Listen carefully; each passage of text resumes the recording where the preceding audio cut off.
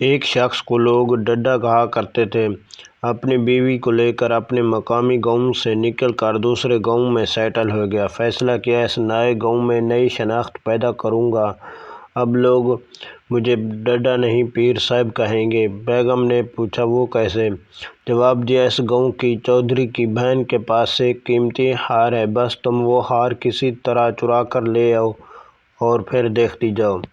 کہانی کو آگے بڑھانے سے پہلے آپ سے ریکویسٹ ہے کہ کہانی پوری پڑھنے کے لیے چینل کو سبسکرائب کریں اور کہانی کو لائک کر کے دوسری کہانی پڑھنے کے لیے جڑے رہیں۔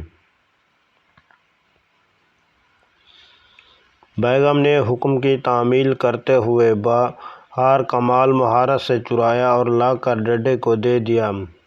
دوسری جانب گاؤں میں ہنگامہ ہو گیا۔ ہار کی چوری کی خبر جنگل میں درختوں کی طرح پھیل گئی۔ ڈڈے نے اپنی بیوی کو کہا جا کر چودھری کی بہن کو بتاؤ کہ میرا خاوند بہت بڑا بزرگ ہے، لوگوں کی گم شدہ چیزیں برآمد کرتا ہے۔ اس بات پر چودھری اپنے گھرانے اور گھر والوں کو ساتھ لے کر ڈڈے کے ہاں حاضر ہو گیا اور پیر صاحب سے کہا جی بتائیے ہمارا ہار کہاں ہو سکتا ہے؟ ڈڈے نے راتوں رات ہار چودھری کے گھر کی چھت پر پھینک دیا تھا۔ بتایا آپ کا ہار کسی نوکرانی نے چرایا تھا جس نے بعد میں خوف زدہ ہو کر آپ کی چھت پر پھینک دیا، جا کر اٹھا لو وہاں سے۔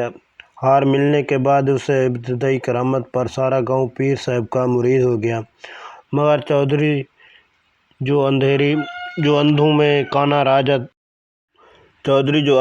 کانا راجا تھا اسے پیر صاحب کھٹنے لگا۔ گاؤں والوں کو سمجھایا کہ یہ شخص مجھے فراڈ معلوم ہوتا ہے، مگر گاؤں والے انکار کرتے رہے۔ چودھری نے پیر صاحب کو ایک اور آزمائش میں ڈالا، مگر خوش قسمتی سے وہ اس آزمائش میں بھی کامیاب ہوا۔ لوگوں نے چودھری کو سمجھایا کہ اب بس کرو، بزرگوں پر شک نہیں کیا جاتا۔